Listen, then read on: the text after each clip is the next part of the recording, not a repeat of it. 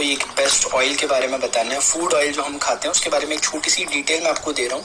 ये बहुत informative video होने वाला है, तो अपने जो भी रिलेटिव्स जिनका आप चाहते हैं कि हेल्थ सुधरे उनके लिए इस वीडियो को जरूर आप शेयर करने की कोशिश करना। लेकिन पहले जरूरी है कि आप खुद समझ लें। देखिए, फूड ऑयल एक बहुत बड़ा एक चैलेंज रहता है कि कौन सा फूड ऑयल हम लें। अगर आप थोड़े से भी हेल्थ कॉन्शियस हैं तो ये एक बड़ी प्रॉब्लम रहती है।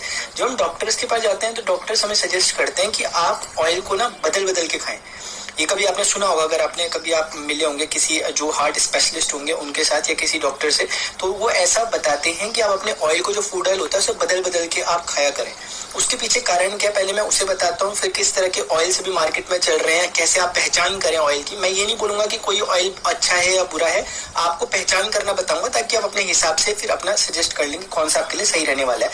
देखिए, जो भी फूड ऑयल्स होते हैं उन सभी में फैटी एसिड पाया जाता है। हर ऑयल में जो भी खाने वाला होता है, चाहे वो सोयाबीन का तेल हो या जैसे आप सोयाबीन ऑयल कहते हैं, या फिर वो सरसों का हो, मस्टर्ड ऑयल कहते हैं, सनफ्लावर हो जो कि सूरजमुखी का ऑयल होता है, या फिर अलग अलग तरह के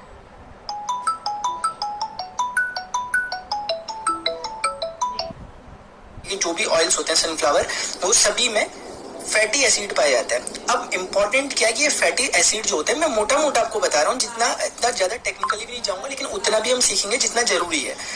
क्या होता है कि 3 तरह के जो ये फैटी एसिड इसमें होते हैं। एक का नाम होता है सफा, कहते हैं उसे शॉर्ट में, यानी कि SFA, सैचुरेटेड फैटी एसिड। एक होता है पॉली अनसैचुरेटेड फैटी एसिड और एक होता है मोनो अनसैचुरेटेड फैटी एसिड्स। कोई भी अगर आप ऑयल लेंगे ना, उसमें इंग्रेडिएंट्स होते हैं, उस इंग्रेडिएंट्स में ये आपको दिखाई देगा, जैसे सैचुरेटेड फैटी एसिड यानी सफा, पॉली अनसैचुरेटेड फैटी एसिड और एक होता है मोनो अनसैचुरेटेड फैटी एसिड। अगर आपको स्क्रीन में दिख रहा होगा तो किसी भी ऑयल में अगर आप उठाएंगे, तीनों दिए रहते हैं और उनकी क्वांटिटी कितनी है उस ऑयल में ये भी दी रहती है।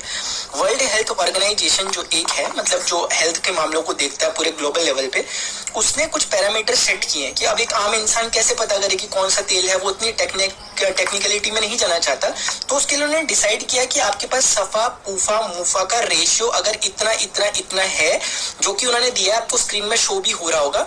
अगर वो 24, 34 और 42 यानी इस रेशियो में अगर वो पाया जा रहा है तो वो ऑयल बेस्ट है।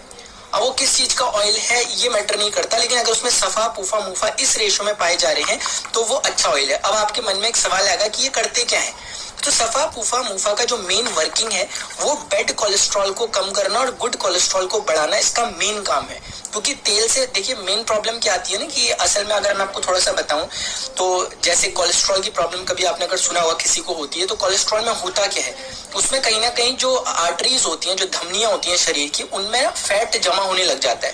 फैट जमा होने लग जाता है। दूसरा आपने सुना होगा कि हमारा जो हार्ट रहता है, जो हृदय है, हमारा जो दिल है, वो पूरे ब्लड को पंप करता रहता है, पूरे शरीर में पहुंचाने का काम उसी का है। अब जब वो आर्टरीज में फैट जमा होने लग जाता है तो वो ब्लड को वहां से फ्लो करने में प्रॉब्लम होती है, और यानी कि हार्ट को पंप करने में प्रॉब्लम होती है। और हार्ट जब पंप करने में प्रॉब्लम करता है तो उसी से फिर हार्ट स्ट्रोक्स जो आते हैं वो उसी का एक कारण रहता है। तो कोलेस्ट्रॉल जब किसी का बढ़ता है तो फिर बीपी की प्रॉब्लम भी होने लग जाती है, फिर धीरे धीरे हार्ट की प्रॉब्लम भी कहीं ना कहीं इसी से आती है। इसीलिए जो जिनके कोलेस्ट्रॉल की प्रॉब्लम है और जिनका कोलेस्ट्रॉल, जो बैड कोलेस्ट्रॉल है, वो बहुत ज्यादा बढ़ जाता है, तो अल्टीमेटली जो डॉक्टर्स होते हैं उनकी तरह सजेस्ट किया जाता है कि अब आपको एक एलोपैथी की एक दवाई लेनी पड़ेगी। वो होती है स्टैटिन। स्टैटिन नाम की दवाई ली जाती है जब कभी भी ब्लड बहुत ज्यादा गाढ़ा हो जाता है, तो उसे थिन करना पड़ता है, पतला करना पड़ता है खून को, क्योंकि अगर वो गाढ़ा हो जाएगा तो फिर वो मूवमेंट उसका काफी ज्यादा रुक जाता है, तो हार्ट स्ट्रोक्स की उससे संभावनाएं रहती है।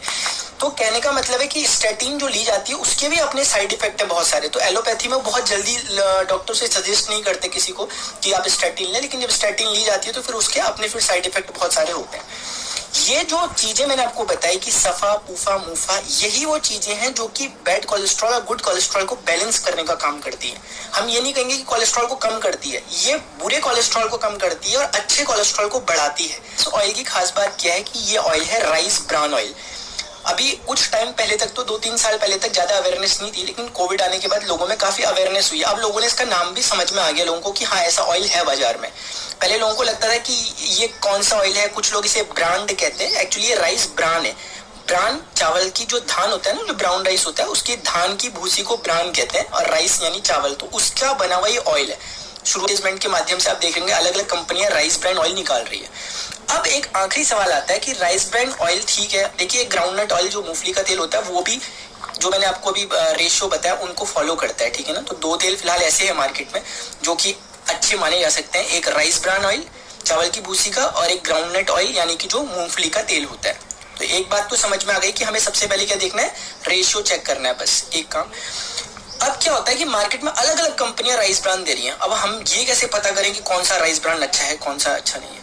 तो राइस ब्रांड की बहुत ही ब्यूटीफुल सी एक प्रॉपर्टी होती है कि राइस ब्रांड ही एक ऐसा एकमात्र तेल है, एकमात्र ऐसी चीज है जिसमें ओराइजनॉल पाया जाता है, राइस ब्रांड में ही पाया जाता है। राइस ब्रांड ही चावल की भूसी में एक ओराइजनॉल मिलता है। ओराइजनॉल के अपने बहुत फायदे हैं, वो मैं कभी और डिस्कस करूंगा, लेकिन मोटा मोटा इसे ऐसे समझें कि ये ओराइजनॉल एक तरह का एंटीऑक्सीडेंट होता है और कहीं ना कहीं ये एक तरह की आप इसे नेचुरल हर्ब समझ सकते हो, यानी अपने लिए एक औषधि समझ सकते हो, नेचुरल, जो डाली नहीं जाती है, नेचुरली मिलती है। अभी मैं ज्यादा ओराइजनॉल के बारे में डिस्कस नहीं करूंगा। तो सबसे बेस्ट पहचान क्या होती है कि कोई भी राइस ब्रांड ऑयल अगर आप लें तो उसमें देखें कि ओराइजनॉल कंटेंट कितना है। तो जब आप ढूंढेंगे तो कहीं आपको मिलेगा, तो उसका पूरा नाम वैसे गामा ओराइजनॉल होता है, शॉर्ट में ओराइजनॉल बोलते हैं। तो ये देखिए, जैसे इसमें अगर आपको दिख रहा होगा तो ये है 1400 मिलीग्राम पर 100 ग्राम में बात की जा रही है यहाँ पर, तो 1400 मिलीग्राम। तो क्योंकि ये लगभग 910 ग्राम है तो आप समझ सकते हैं कि 14,000 मिलीग्राम के करीब ये है। तो इस तरीके से जिसमें ये कंटेंट जितना ज्यादा होगा ओराइजनॉल का, वो तेल की कीमत ऑटोमेटिकली बढ़ जाएगी और असलियत में कीमती तेल वही है। तो मार्केट में भी अगर आप राइस ब्रांड देखने जाएं तो आप क्या देखेंगे, उसमें ओराइजनॉल कंटेंट कितना है। अमूमन जो मार्केट में मिलता है उसमें लगभग 1000 मिलीग्राम होता है। तो आप ये मत सोचें कि 1000 मिलीग्राम है, ये 1400 है तो सिर्फ 400 का फर्क है। 400 का फर्क नहीं है, ज्यादा फर्क है, क्योंकि ये तो पर 100 ग्राम में है ना, पर 100 ग्राम में 400 का फर्क है। लेकिन आप तो 900 ग्राम ले रहे हो तो आप समझ सकते हैं कि कितना फर्क हो जाने वाला है। तो इसलिए जैसे जैसे गामा ओराइजनॉल की क्वांटिटी बढ़ती रहती है वैसे वैसे इसकी कीमतें मार्केट में बढ़ती रहती है। इसलिए आप देखेंगे आज मार्केट में 150-200 रुपए का भी राइस ब्रांड मिलेगा और आपको 1000 1500 लीटर रुपए के राइस ब्रांड भी मिलते हैं। डिपेंड करता है कि उसमें ओरिजिनल कंटेंट कितना है। अब जिसकी मैं बात कर रहा हूँ इस ऑयल की, इसमें सबसे मैक्सिमम जो अभी तक मुझे देखने में मिला मार्केट में, सबसे ज्यादा ओरिजिनल इसी में पाया गया और इस कीमत पर जिसमें ये मुझे मिला है। तो एक बात ये है, और छोटी सी कुछ बातें मैं और बता दूं उसके बारे में। ओरिजिनल तो इसमें है ही, साथ में इसमें टोकोफेरॉल और इसमें है ये है टोकोट्राइनॉल्स।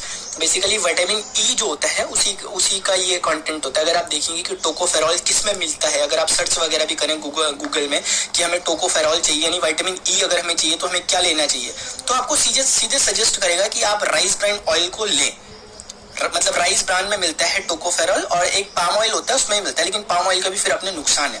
तो अगर हम देखें तो हमें कहीं ना कहीं ये जो इस नाम से ये तेल आ रखा है मार्केट में, health guard physically refined rice brand oil, और ये भी एक अच्छी बात है। कभी कभी लोगों के मन में क्वेश्चन उठता है कि ये रिफाइंड है और हमें रिफाइंड तो नहीं खाना चाहिए, डॉक्टर्स बोलते हैं नहीं खाना चाहिए। आपने बहुत सही अगर ऑब्जर्व किया तो सही ऑब्जर्व किया कि रिफाइंड ऑयल हमें नहीं खाना चाहिए, लेकिन क्यों नहीं खाना चाहिए वो थोड़ा सुन ले। रिफाइंड ऑयल का मतलब होता है कि कोई ऑयल है उसे साफ कर रहे हैं आप, रिफाइन कर रहे हो, ये इसका मतलब होता है। अब होता क्या है कि कंपनी के पास दो तरीके होते हैं किसी भी तेल को साफ करने के। एक तरीका होता है केमिकली रिफाइंड और एक होता है फिजिकली रिफाइंड। मार्केट में जितने रिफाइंड ऑयल चल रहे हैं मोस्टली 80 से 90% केमिकली रिफाइंड होते हैं। पहचानोगे कैसे? उसमें फिजिकली नहीं लिखा होगा, उसमें सिर्फ लिखा होगा रिफाइंड, यानी कि केमिकल डालकर तेल को साफ किया जाता है। तो केमिकल कहीं ना कहीं तेल को बर्बाद करने का काम करता है और फिर उसी केमिकल से लोगों को फिर बाद में एसिडिटी जैसी प्रॉब्लम्स होती है तेल से। तो अगर हम रिफाइंड ऑयल ले रहे हैं और अगर वो फिजिकली रिफाइंड है, फिजिकली रिफाइंड का मतलब क्या होता है, जैसे आपने मान लिया चाय बनाई, चाय बनाने के बाद आपने वो जो छन्नी होती है उससे चाय को छान दिया। जैसे आप फिल्टर यूज करते हैं, फिल्टर में क्या होता है कि जो भी अशुद्धियां होती है वो फिल्टर हो जाती हैं, अपने आप रुक जाती हैं और पानी शुद्ध नीचे आ जाता है। तो इसमें कोई केमिकल नहीं डाला लेकिन सफाई फिर भी हुई है। तो उसी तरह के प्रोसीजर को यहाँ भी इस्तेमाल किया जाता है। बड़ी बड़ी मशीनें लगाई जाती हैं, उसके द्वारा अशुद्धियों को दूर किया जाता है जो तेल में रह जाती हैं, जो धान की भूसी वगैरह से बनी होंगी, और फिर तेल को अलग से रिफाइन कर लिया जाता है। और ये जो मैंने ऑयल लिया इसका MRP आप देखें 280 रुपीज है, 280 रुपीज।